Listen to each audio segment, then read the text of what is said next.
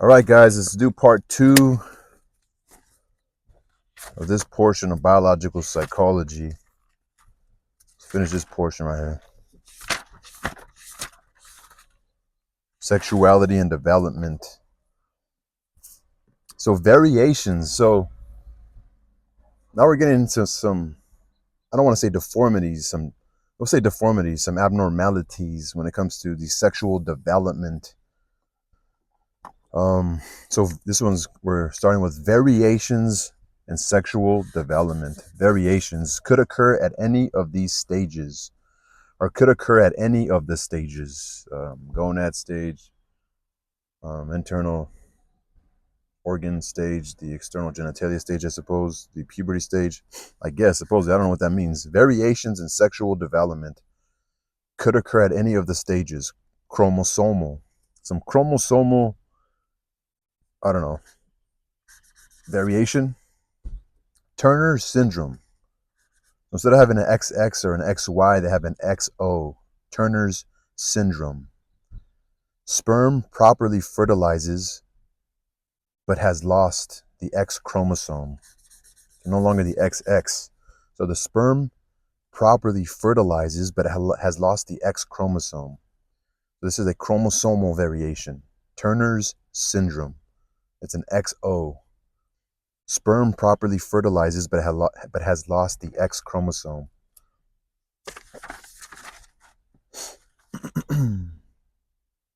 Usually infertile, but female presenting. So the Turner syndrome as an XO, sperm properly fertilizes but has lost the X chromosome, usually infertile and female presenting. Another syndrome is Klinefelter syndrome. That's an XXY. This is males with low testosterone. They have an extra X, right? The Y makes them a male, but they have an extra X. This is Klinefelter syndrome. Remember, Turner syndrome, they have an XO. Sperm properly fertilizes, but has lost the X chromosome, usually infertile and female presenting. Klinefelter syndrome, XXY. Males with low testosterone because of that extra X.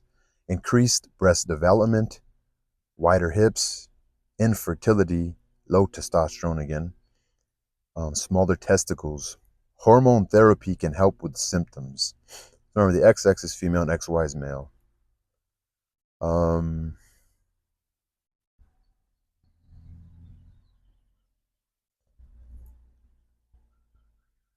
Okay, so now we have this sort of summary of chromosomal variations. Some summary of chromosomal variations. A summary when we just kind of didn't really go over a lot. So the variations, the variations of these sexual developments. Remember, Turner syndrome, the appearance and fertility. Someone with Turner syndrome, remember, they have an X and an O. They appear female, but infertile mostly. Characteristics: affects cognitive functioning and sexual maturation. Short stature is common. So it affects their cognitive functioning and sexual maturation. Short stature is common with someone with Turner syndrome. Remember, female presenting but infertile. Klinefelter syndrome, male presenting, may have some breast development, usually infertile. These are the appearances and fertility. So both Turner syndrome and Klinefelter are infertile. Turner, it's XO, female presenting, infertile. Klinefelter syndrome, male presenting, may have some breast development, usually infertile as well. So Klinefelter's characteristics: the Y chromosome stimulates the growth of male genitalia. Remember, it's an XXY, but the extra X makes them have low testosterone.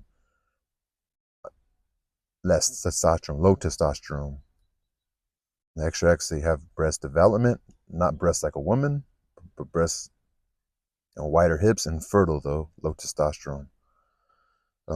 So the Y chromosome for the Klinefelter, remember the Klinefelter was XXY, extra Y, and then Turner was XO.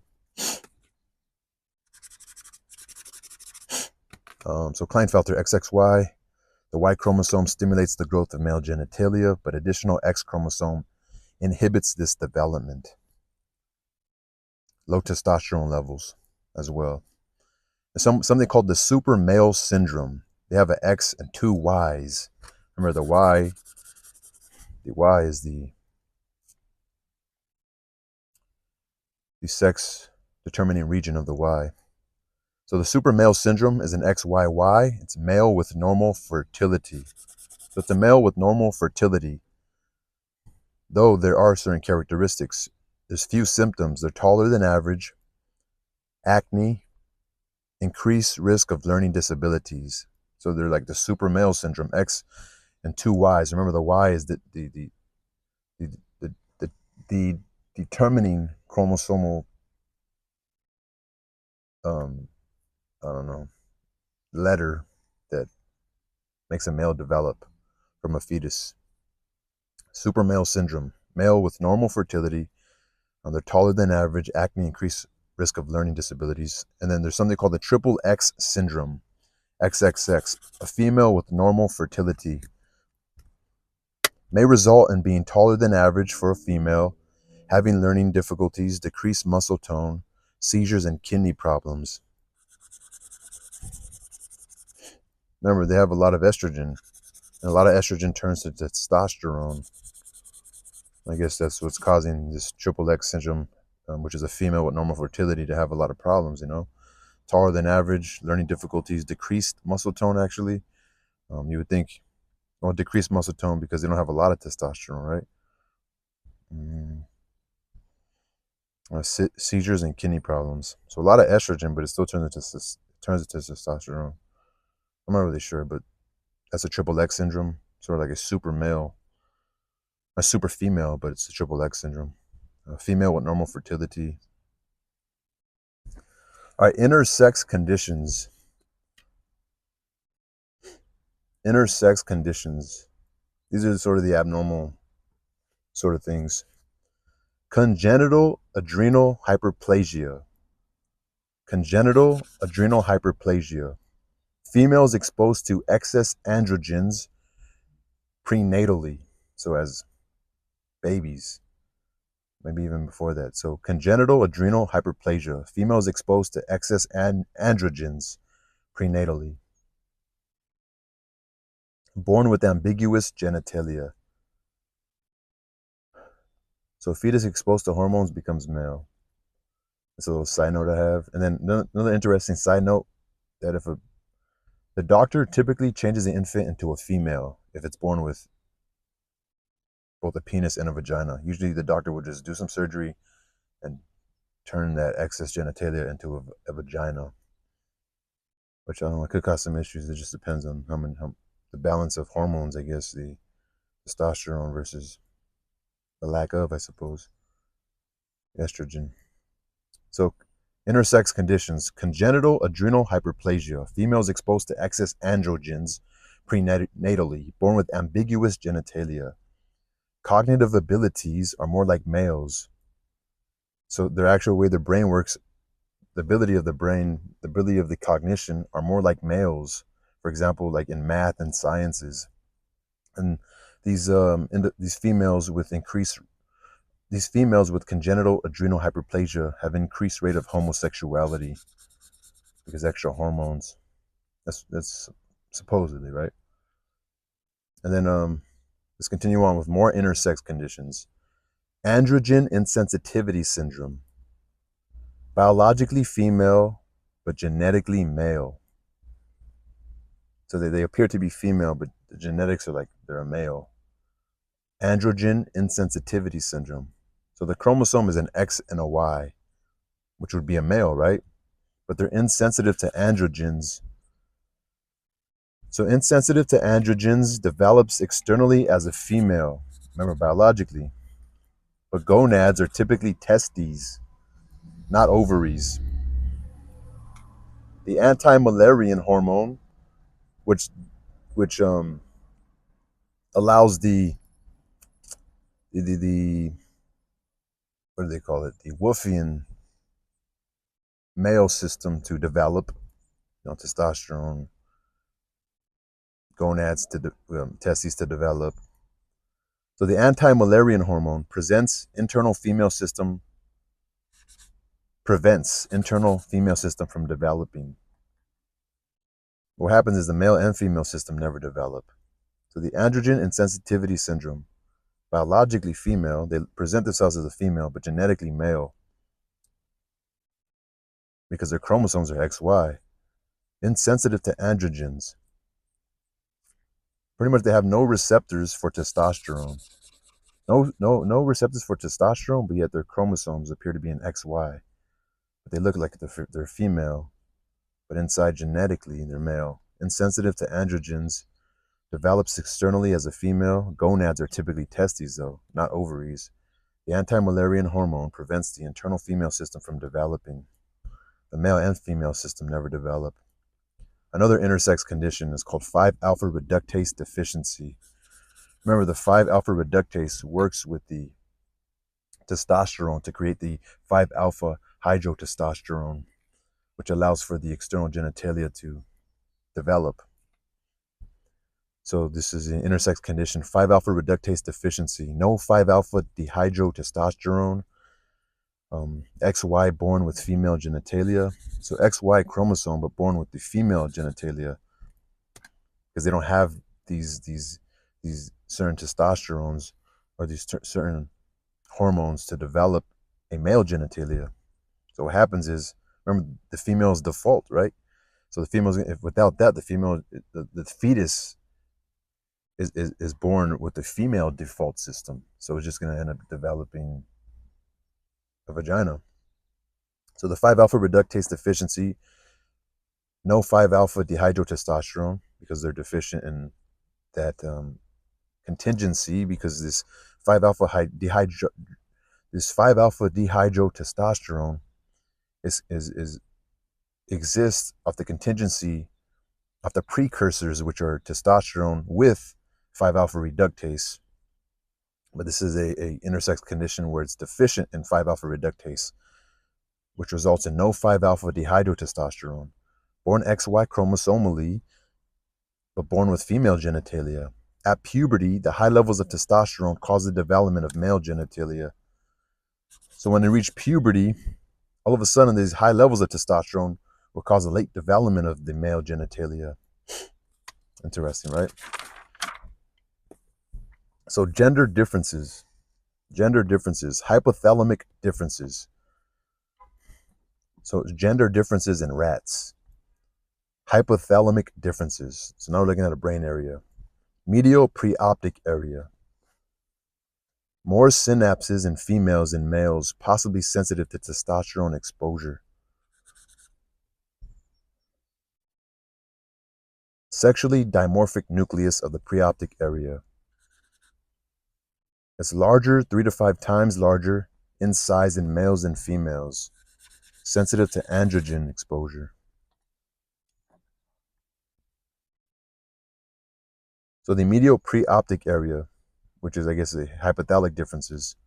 So the gender differences, they did study in rats. They found there's a hypothalamic differences in male and female. The medial preoptic area, there's more synapses in females in this area than in males, possibly sensitive to testosterone exposure. Sexually dimorphic nucleus of the preoptic area. It's larger in size, 3 to 5 times larger in size in males and females, sensitive to androgen exposure. What about humans, though? This is in rats. Males have larger, now we're talking about humans. What about humans? The gender differences. Males have larger inferior parietal lobes involved in spatial tasks. Remember, the parietal is the where pathway. Parietal. And females have larger language structures, a larger Broca's area. Male brain activity patterns are more likely lateralized, using one half of the brain, not both. So the males have larger inferior parietal lobes. Males have larger inferior parietal lobes involved in spatial tasks. The parietal is the where pathway. Females have larger language structures, larger Broca's area. Male brain activity patterns are more likely lateralized, meaning are probably using only one half of their brain, not both. Examples are that's why women might be better at multitasking. So male brain activity patterns are more likely lateralized than female brain activity patterns. Generally speaking, there are larger differences within the genders than there are between the genders. So there are larger differences between two men than there are between one man and one woman, which sounds kind of difficult to understand. What about the hypothalamus, though, with these differences? There's something called the INAH3, interstitial nuclei of the anterior hypothalamus. The INAH3, which is part of the hypothalamus, the interstitial nuclei of the anterior hypothalamus. 40% larger in males than females. Structure is tiny though, so many believe this difference is not very important. The INAH, since it's 40% larger in males than females, but since it's tiny, many believe this difference is not very important. Think about masculinizing the brain. Testosterone, they say, remember, we heard about in the part one, testosterone, they think masculinizes the brain. They think that's where the gender difference comes from. And behavior, they're thinking. Remember, not biologically, we're thinking about how it affects the personality, I think, at this point. What about transgender individuals? Not a lot of information going on here. Rates of transgender individuals vary widely around the world. More likely to find transgender women, men believing that they're trapped in a man body, but they feel like a woman.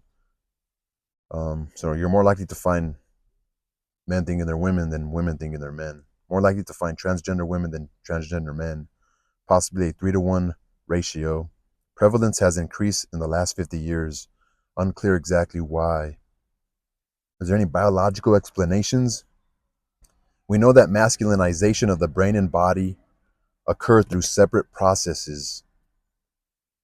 So to masculinize the brain and body, biological and maybe, personality. So that's what he's talking about. We know that the masculinization of the brain and body occurred through separate processes. Some research suggests that the feminization of the brain is yet another process as well. Remember, I think we're talking about personalities here. The only brain region that has been linked much is the stria terminalis. Connects the amygdala and the hypothalamus, found to be female-like in size for transgender women. Remember, the research is only 10 years old. It's new research, so it's a little note, a little reminder. So masculine science knows that the masculinization of the brain and body occurred through separate processes. Some research suggests that the feminization of the brain is yet another process as well. The only brain region that has been linked much is the stria terminalis. It connects the amygdala and hypothalamus, found to be female-like in size for gender women, or found to be female-like in size for transgender women. Does that mean it's small because it's female-like because it's small, which small in these male presenting individuals? I don't know. I have no idea. The stria terminalis. All right, sexual behavior. Sexual behavior. Testosterone is linked to aggression and sex drive. Strongly correlated in animals, weakly correlated in humans. I don't know. So linked to aggression and sex drive, testosterone. Strongly correlated in animals, weakly correlated in humans. Testosterone levels are higher after and during a competition. Think about sporting events, the reciprocity idea. Sometimes you feel like you're playing the game. You feel like you're part of the team, right? That idea that testosterone levels are higher after and during competition. Examples are sporting events. Even watching your team increases testosterone levels. And there's an idea that single men have higher levels too. And the idea here is that married men Because of the opportunity, they have a lot more sex than single men on average. But single men have higher levels of testosterone. They think because since they're single, they need testosterone. And also because they're still in the competitive market, right? It's an adaptation. So testosterone is linked to aggression and sex drive. It's strongly correlated in animals, but weakly correlated in humans. But maybe they want us to be walking around thinking we have a right to be aggressive and super hypersexual. Um, Testosterone levels are high during competition and after competition.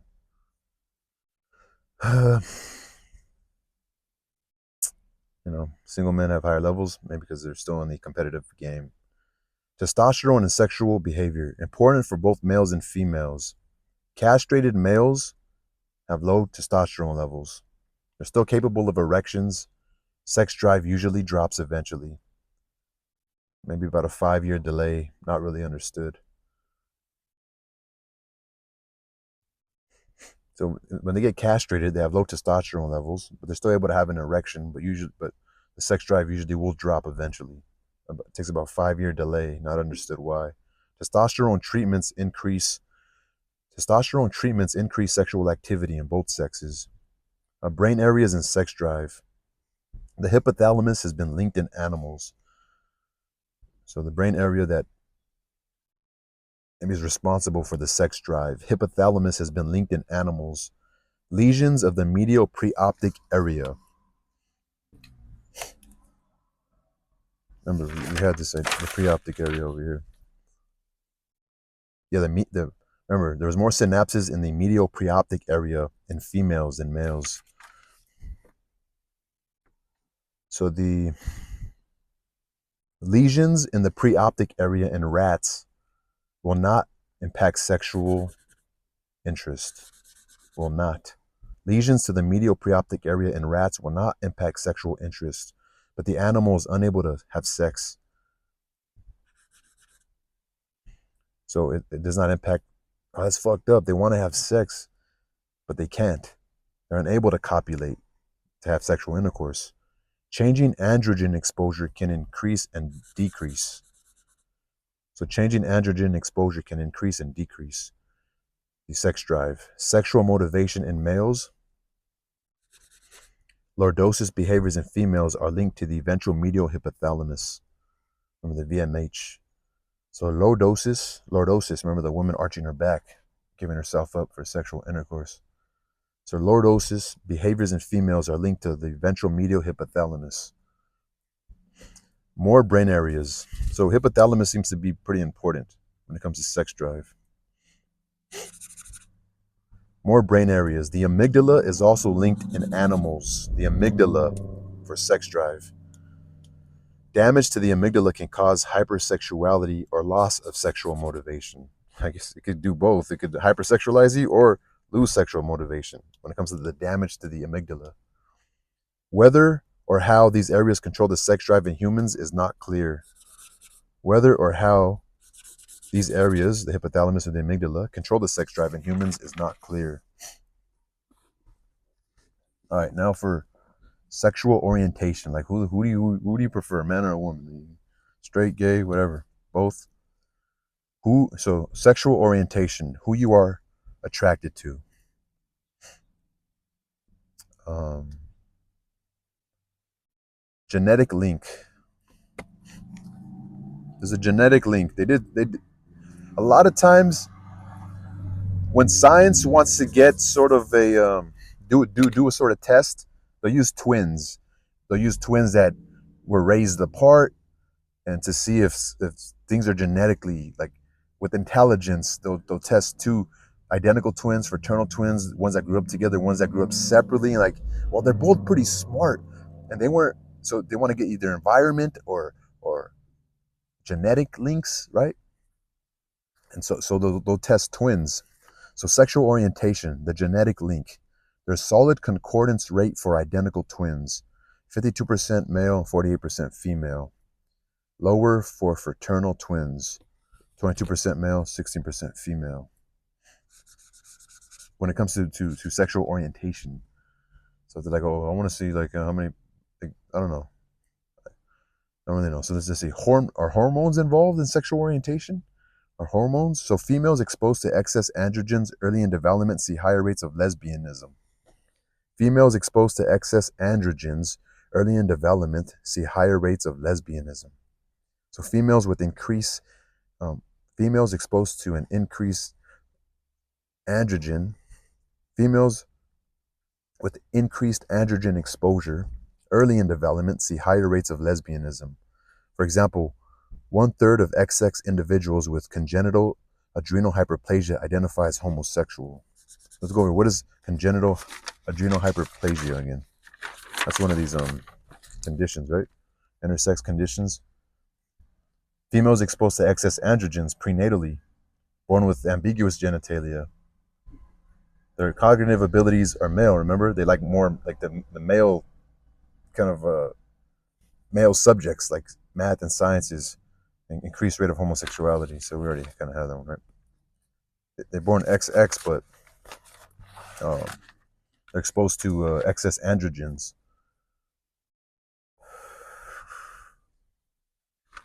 Which must be like a more of like a manly hormone, androgens. So females exposed to excess androgens early in development see higher rates of lesbianism. Remember, we learned that from the congenital adrenal hyperplasia. But there's only 1/3 of XX individuals with congenital adrenal hyperplasia, which is having being exposed to more androgens. So a third consider themselves homosexual, right? They're more masculine. They like more masculine subjects. But the majority of women exposed to androgens are still heterosexual. Males exposed to low level of androgen show higher levels of homosexuality. So males exposed to the opposite, lower levels of androgen show higher levels of homosexuality. Androgen insensitivity syndrome too, obviously, not having enough androgen, I guess, or not having the receptors for them. Not perfectly predictive though. Fraternal birth order effect. This one I don't. This one's a little controversial. This one's pretty controversial. This is called the fraternal birth order effect. The more older male brothers a male offspring has. So let's say you're the youngest of like 5 brothers. I have one sister. Let's say you're the youngest brother of 4. Let's say you're the youngest brother of 5 brothers in total. So you're the youngest, and there's 4 more brothers that are older than you. This is the fraternal birth order effect. I don't like this idea at all. The more older brother, the more older male brothers a male offspring has, the more likely that he will be homosexual. There's a possible immune response by the mother. Only impacts right-handed males. What? Only so what does left and right have to do with genetics or biology really? How does it affect somebody, right? If I'm left-handed, but I'm the youngest of them, maybe do you feel different? I'm different than them, I'm my own man. But like they're thinking that the mother, after every kid, she has lower level of immunity. I have no idea. Is there something missing here? It's a possible immune response by the mother. Like so pretty much maybe her androgens, like she has less androgens in her body to pass on to her children as every kid goes. So the last kid of the litter of children, it does not gonna get that maybe that hormone that he needs to be a masculine heterosexual man. This is called the fraternal birth order effect. The more older male brothers a male offspring has, the more likely that he will be homosexual. Possible immune response by the mother only impacts right-handed males. I don't really like that one. So, about 5 more minutes. We have this sexuality activity. Remember, in part 1, we talked about how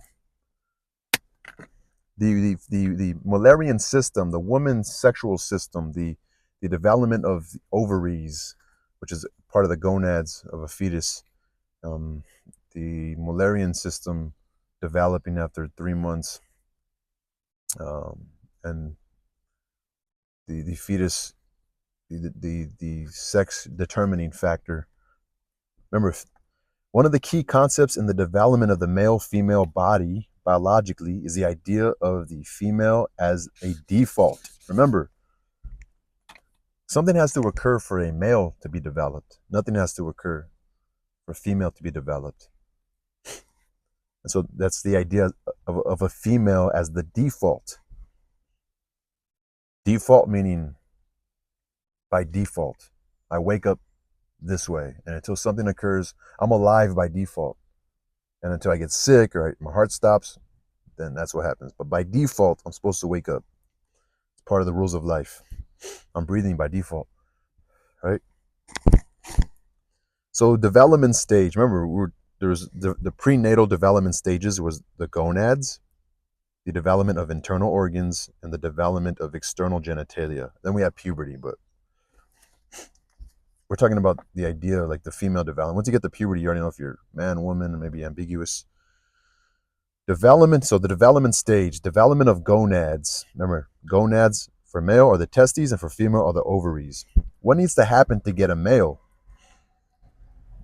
What needs to happen to get a male?